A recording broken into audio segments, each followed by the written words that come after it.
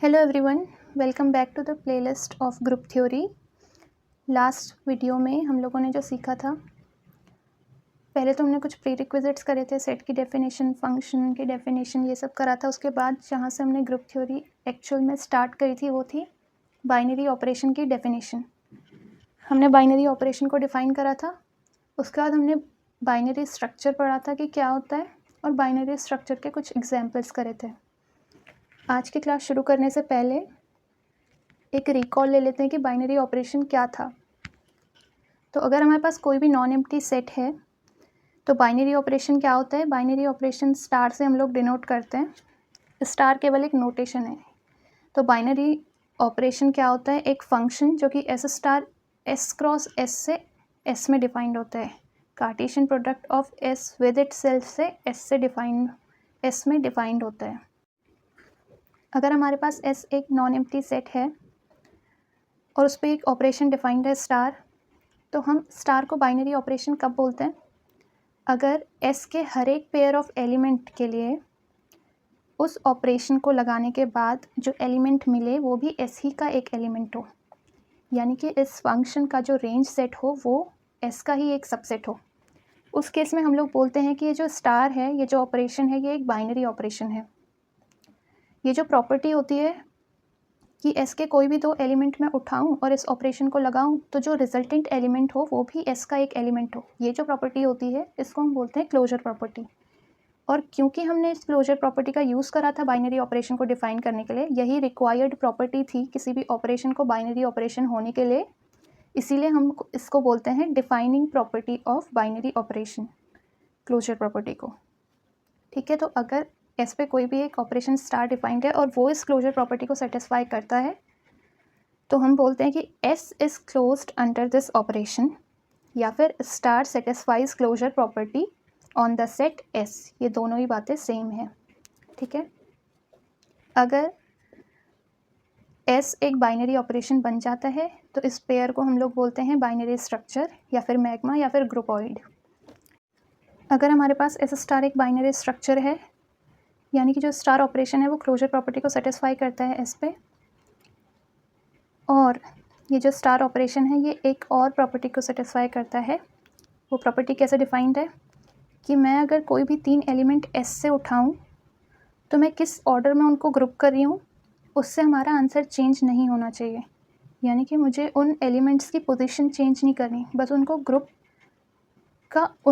करने का order change करना है। जैसे पहले मैं बी और सी को ग्रुप कर रही हूँ, यानी कि स्टार को पहले बी और सी पे ऑपरेट कर रही हूँ, उसके बाद जो रिजल्टेंट एलिमेंट मिलेगा उसको ए पे ऑपरेट कर रही हूँ, और यहाँ पे ए और बी को पहले ऑपरेट कर रही हूँ, उसके बाद जो रिजल्टेंट एलिमेंट मिलेगा उसको सी पे ऑपरेट कर रही हूँ। अगर जो बाइनरी ऑपरेशन स्टार है वो इस कंडीशन को भी सेटिस्फाई करता है, तो अगर हमारे पास एक बाइनरी ऑपरेशन है स्टार और वो इस प्रॉपर्टी को सेटिस्फाई करता है तो हम बोलते हैं कि बाइनरी ऑपरेशन जो है वो एसोसिएटिव प्रॉपर्टी को सेटिस्फाई कर रहा है। और अगर ये प्रॉपर्टी सेटिस्फाई हो रही है तो इन दोनों प्रॉपर्टी को मिला करके, यानी कि एस स्टार एस पे स्टार क्लोजर प्रॉपर्टी को भी सेटिस्फाई कर रहा हो और एसोसिएटिव प्रॉपर्टी को भी सेटिस्फाई कर रहा हो, अगर ऐसा होता है तो एस विद स्टार, इस पेयर को अब हम नया नाम दे देते हैं, क्या बोलते हैं, उसके बाद हम इसको सेमी ग्रुप बोलते हैं। ठीक है, तो अगर क्लोजर प्रॉपर्टी और एसोसिएटिव प्रॉपर्टी दोनों सेटिस्फाई हो रही हैं तो हम लोग बोलते हैं S with star is a semi group. Associative property समझ आ गई, तो अब हम नेक्स्ट प्रॉपर्टी पे जाते हैं जिसको हम बोलते हैं आइडेंटिटी प्रॉपर्टी। आइडेंटिटी प्रॉपर्टी क्या है, अगर ऑपरेशन स्टार के लिए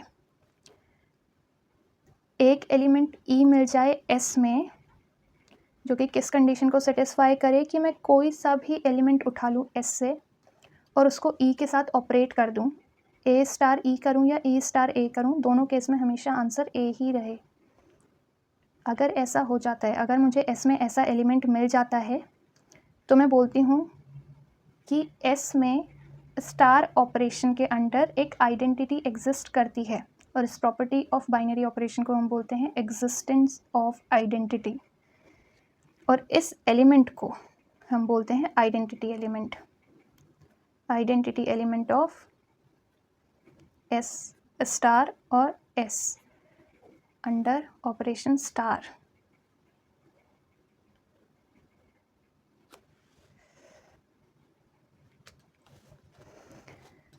ठीक है, तो अभी तक हमने 3 प्रॉपर्टी पढ़ी, क्लोजर प्रॉपर्टी, एसोसिएटिव प्रॉपर्टी और आइडेंटिटी प्रॉपर्टी। तो अगर S विद स्टार इन तीनों ही प्रॉपर्टी को सेटिस्फाई करता है तो हम बोलते हैं कि इस पेयर को हम एक नया नाम देते हैं जिसको हम बोलते हैं मोनोइड। अगर केवल क्लोजर प्रॉपर्टी को सेटिस्फाई करे स्टार तो हम उसको बोलते हैं बाइनरी स्ट्रक्चर या फिर ग्रुपॉइड।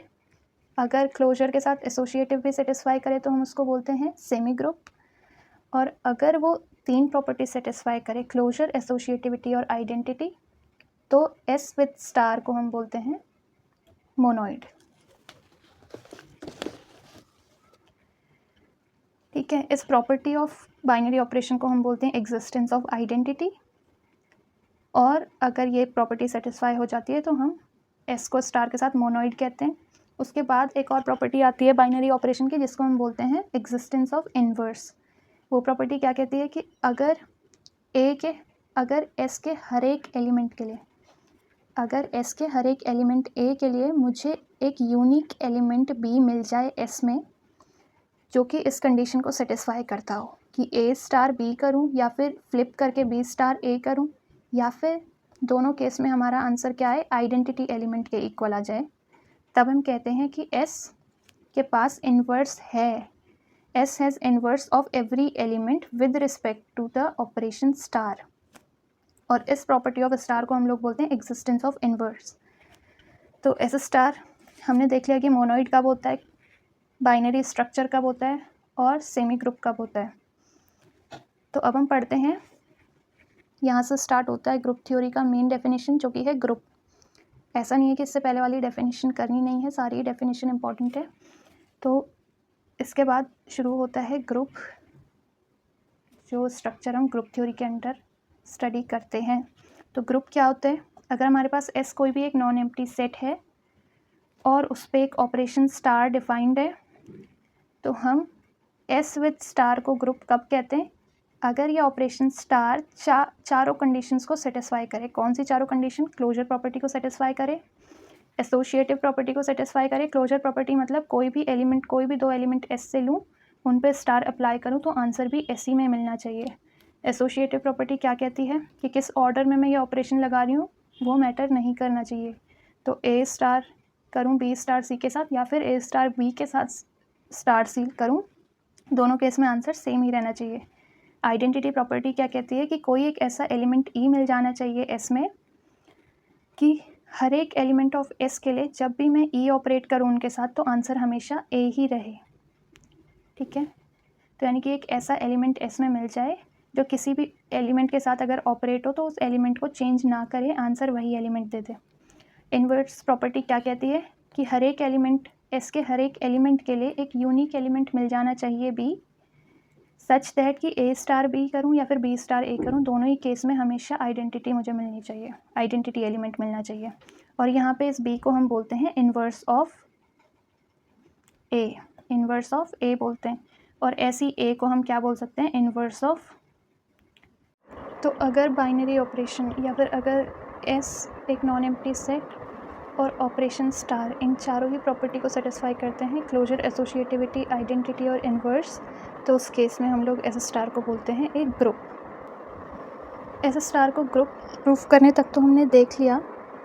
अगर एस स्टार एक ग्रुप निकलता है उसके बाद हम लोग कुछ और भी प्रॉपर्टीज़ देख सकते हैं जिसके बेसिस पे इस ग्रुप को हम कुछ अलग नाम देते हैं। जैसे कि अगर हर एक एलिमेंट A और B के लिए अगर मैं कोई भी 2 एलिमेंट S से उठाऊँ और वो ये कंडीशन को सेटिस्फाई करे कि A स्टार B करूँ या फिर B स्टार A करूँ, यानी कि अगर उनकी पोजीशन इंटरचेंज कर दूँ और आंसर सेम रहे तो हम S को ऑपरेशन स्टार के साथ एक अबेलियन ग्रुप कहते हैं। S एक ग्रुप हो और उसके एलिमेंट्स इस प्रॉपर्टी को सेटिस्फाई करें, इस प्रॉपर्टी को हम बोलते हैं कॉम्यूटेटिविटी प्रॉपर्टी। इस प्रॉपर्टी को हम लोग बोलते हैं कॉम्यूटेटिविटी। अगर बाइनरी ऑपरेशन कॉम्यूटेटिव प्रॉपर्टी को सेटिस्फाई करता है तो S विद स्टार को हम लोग अबेलियन ग्रुप कहते हैं। अगर हर एक पेयर ऑफ एलिमेंट इस कंडीशन को सेटिस्फाई कर रहा है तो हम S स्टार को एक अबेलियन ग्रुप कहते हैं। लेकिन अगर मुझे कोई भी पेयर ऑफ एलिमेंट S में ऐसा मिल गया जो कि इस कंडीशन को सेटिस्फाई नहीं करता तो उस केस में S विद ऑपरेशन स्टार, इसको हम कहते हैं नॉन अबेलियन ग्रुप। एक एग्जांपल देख लेते हैं। अगर हमारे पास एक सेट है non empty set of integers और हम उसको ऑर्डिनरी एडिशन के साथ यानी इंटीजर एडिशन के साथ हम लोग देख रहे हैं कि वो एक ग्रुप बनाता है या नहीं बनाता, तो हम लोग इसमें इंटीजर्स की फंडामेंटल प्रॉपर्टी ही यूज़ कर सकते हैं। हमें पता है कि किसी भी दो इंटीजर को अगर आप ऐड करोगे तो हमेशा आपको एक इंटीजर ही मिलेगा, तो इसी से हम लोग क्लोजर प्रॉपर्टी प्रूव कर सकते हैं कि हमें पता है फंडामेंटल प्रॉपर्टी ऑफ इंटीजर से कि मैं किसी भी दो इंटीजर को अगर ऐड करूं तो आंसर हमेशा एक इंटीजर ही रहेगा। इसीलिए जो ऑर्डिनरी एडिशन है या इंटीजर एडिशन है प्लस, वो हमेशा क्लोजर प्रॉपर्टी को सेटिस्फाई करता है। ठीक है, ऐसी एसोशिएटिव प्रॉपर्टी भी इंटीजर की फंडामेंटल प्रॉपर्टी से ही आ जाएगी, क्योंकि मैं किसी भी दो इंटीजर को पहले ऐड कर लूँ और बाद में किसी तीसरे को ऐड करूँ, आंसर कभी भी चेंज नहीं होता। तो इसीलिए जो इंटीजर्स हैं वो एडिशन के रिस्पेक्ट में एसोशिएटिव भी होते हैं। तो दो प्रॉपर्टी तो सेटिस्फाई हो गई। उसके बाद आती है बात आइडेंटिटी की। आपको पता है कि इंटीजर्स में आइडेंटिटी क्या होती है, ज़ीरो। आप किसी भी इंटीजर को ज़ीरो के साथ ऐड करो या फिर ज़ीरो को किसी इंटीजर में ऐड करो, आंसर हमेशा वही इंटीजर आपको मिल जाएगा। तो ज़ीरो हमारा क्या है, identity of the set integer. ऐसी इन्वर्स प्रॉपर्टी में आपको पता है कि हर एक इंटीजर के लिए जो उसका एडिटिव इन्वर्स होता है, क्योंकि यहाँ पे जो हमारा ऑपरेशन है वो एडिशन का है, तो जो इन्वर्स मिलेगा वो एडिटिव इन्वर्स होगा। ये जो आइडेंटिटी मिली है ये भी विद रिस्पेक्ट टू एडिशन ही मिली है। तो इंटीजर्स के केस में अगर हमारे पास ए एक इंटीजर है तो माइनस ऑफ ए भी इंटीजर सेट में ही बिलोंग करेगा। ये तो इंटीजर्स की प्रॉपर्टी है। तो इन दोनों को अगर आप ऐड करते हो, किसी भी इंटीजर को अगर आप उसके एडिटिव इन्वर्स से ऐड करते हो तो आपको हमेशा आंसर क्या मिलता है, ज़ीरो, है ना। तो एग्जिस्टेंस ऑफ आइडेंटिटी भी सेटिस्फाई हो रही है, एग्जिस्टेंस ऑफ इन्वर्स भी है। तो यानी कि Z प्लस एक ग्रुप है, Z विद एडिशन एक ग्रुप है। अब आपको ये भी पता है कि इंटीजर्स जो हैं उनमें मैं A प्लस बी बोलूँ या फिर B प्लस ए बोलूँ, आंसर हमेशा सेम ही रहता है। तो A plus B same as B plus A in case of integers. तो इसीलिए Z with addition is an abelian group, क्योंकि ये कॉम्यूटेटिव प्रॉपर्टी को सेटिस्फाई कर रहे हैं, इसलिए Z प्लस क्या है, एक अबेलियन ग्रुप है। बाकी के एग्जाम्पल्स हम देखेंगे नेक्स्ट क्लास में। Thank you so much for watching.